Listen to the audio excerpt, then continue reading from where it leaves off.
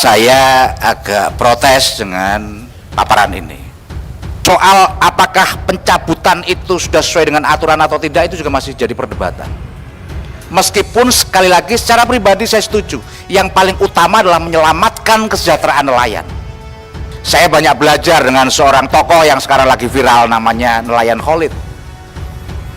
Banyak pernyataan-pernyataan yang kadang justru membuat kita terpecah belah dan sebagainya. Cuman sayangnya judulnya juga agak ngeri, itu buku yang dibaca itu Logika Penjajah. Ini sudah tahap penyidikan, jadi jangan dicabut dulu pagarnya. Kalau sudah ada tahap penyidikan, mungkin berarti sudah ada bukti permulaan yang cukup, sudah ada yang patut diduga siapa yang memasang bambu itu. Tapi saya juga sampaikan, Pak, kulihak walakau namuron, Pak, sampaikan kebenaran itu walau pahit. Nggak usah takut siapa yang masang itu. Di belakang Bapak ribuan nelayan Indonesia siap membackup. Kita ngeri, Pak.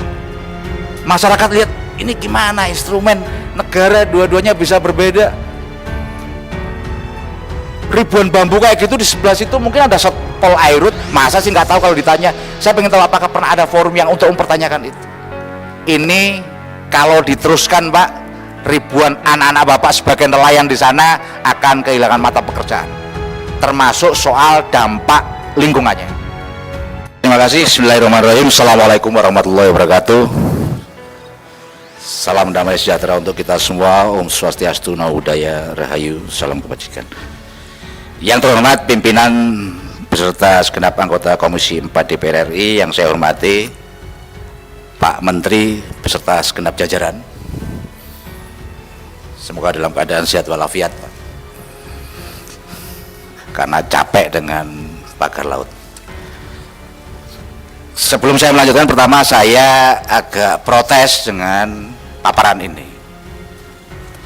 Jadi di slide halaman 7, halaman 8 itu yang judulnya pembongkaran pagar laut di Tangerang, Banten. Kebetulan kami kemarin ke sana, ada Bu Ketua dan sebagainya. Tolong kalau menarasikannya yang pas, karena bagi saya ini tidak tepat. Jadi sedikit cerita saja, kemarin sebetulnya itu agak kasak kusuk, ini bentuk penghormatan kemarin, terima kasih Bu Ketua. Tapi teman-teman anggota yang kesana kemarin sebetulnya pimpinan dan Kapoksi, rencananya adalah kita kunjungan spesifik terkait dengan pagar laut. Tapi kemudian kalau arahnya dibawa kayak framing gitu, ikut bongkar, sepertinya kok tidak. Tangan saya sekalipun saya nggak megang batang bambu itu untuk kita tarik. Kenapa ini perlu saya jelaskan? Karena pertama, soal apakah pencabutan itu sudah sesuai dengan aturan atau tidak, itu juga masih jadi perdebatan.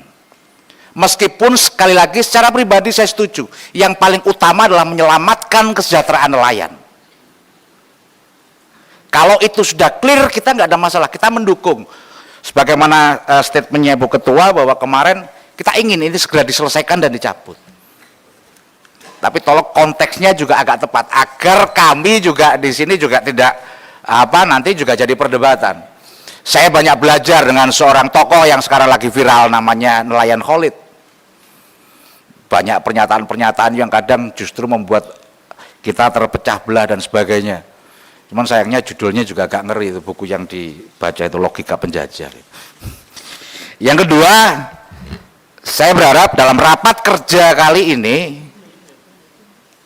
Kementerian KKP juga menunjukkan jati dirinya sebagai bapaknya nelayan Indonesia. Karena sesuai dengan tugasnya adalah diantaranya ada hal seperti itu. Kalau tugas utamanya adalah menyelenggarakan pengendalian dan pengawasan mutu dan keamanan hasil kelautan dan perikanan, pertanyaan saya pertama adalah soal keamanan tadi. Bagaimana kita bisa teledor jarak sampai 30 km dan hari ini kita temukan tidak hanya di satu titik saja, ternyata di Tangerang begitu viral karena itu di depan mata kita, dekat dengan Jakarta. Tapi ternyata kemudian di Pari, kemudian kemarin saya terima di Sidoarjo dan sebagainya, akan banyak bermunculan soal itu. Jadi sekali lagi saya berharap, saya tidak akan banyak soal pagar laut itu, saya yakin teman-teman komisi yang Poksi yang lain akan bisa menyampaikan, tapi tolong tunjukkan sebagai seorang bapak nelayan. Saya tidak cukup banyak melihat pernyataannya seperti itu.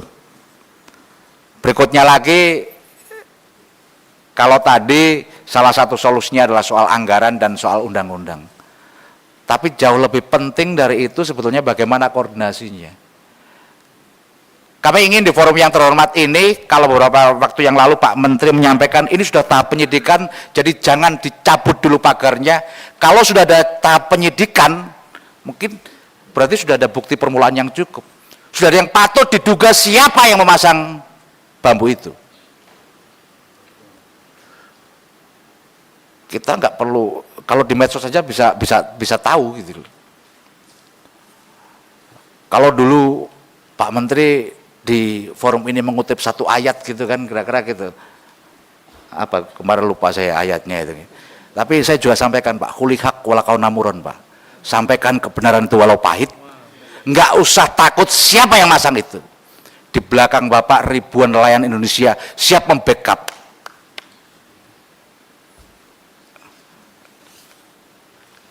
Di masa kayak gini keberanian adalah kemewahan, Pak. Jadi kalau kita masih tarik ulur, saya nggak tahu, perlu ada argumentasi. Masa tiba-tiba yang nyabut belum apa angkatan laut, Bapak pernyataan berikutnya salah, kayak gitu kan kita ngeri, Pak. Masyarakat lihat ini gimana instrumen negara dua-duanya bisa berbeda. Ribuan bambu kayak gitu di sebelah situ mungkin ada Pol Airut, masa sih nggak tahu kalau ditanya. Saya pengen tahu apakah pernah ada forum yang untuk mempertanyakan itu. Sekarang bahkan kalau di media kita bisa lihat yang namanya penerima SGHB itu direksinya direksinya kemudian komisarnya siapa saja, kita tinggal buka handphone bisa. Tapi saya yakinlah dengan senyum-senyum habis ini minum kita akan sebutkan siapa sih dalang di balik ini, kira-kira begitulah.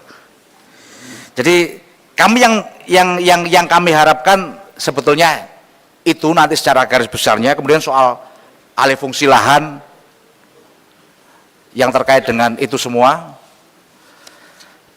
Dan terakhir, saya sudah dilihat sama Bu Ketua karena ini panjang nanti, jadi sebentar saja Bu. Beberapa waktu yang lalu saya, kemarin 2 hari yang lalu kalau nggak salah, saya nggak tahu ikut hadir enggak, ini ada forum dari masyarakat Madani Maritim. Bu Ketua yang malamnya saya ketemu sudah sampaikan, jadi akhirnya sore itu kami terima. Intinya adalah ini selaras dengan pernyataan Pak Presiden yang akan mengevaluasi PSN. Mereka menolak reklamasi pantai di timur Surabaya terkait dengan proyek Surabaya Waterfront Land. Dan kenapa ini juga penting menurut saya sampaikan langsung nanti kepada Pak Menteri dokumen ini. Pertama, janji saya kemarin juga ini akan saya serahkan langsung dan diterima oleh tangan Pak Menteri gitu. Yang kedua, ini kalau diteruskan Pak, ribuan anak-anak Bapak sebagai nelayan di sana akan kehilangan mata pekerjaan. Termasuk soal dampak lingkungannya. Oleh karena itu setelah ini saya selesai, izin Bu saya serahkan secara langsung biar saya tidak berdosa karena sudah berjanji. Kurang lebihnya mohon maaf. Assalamualaikum warahmatullahi wabarakatuh.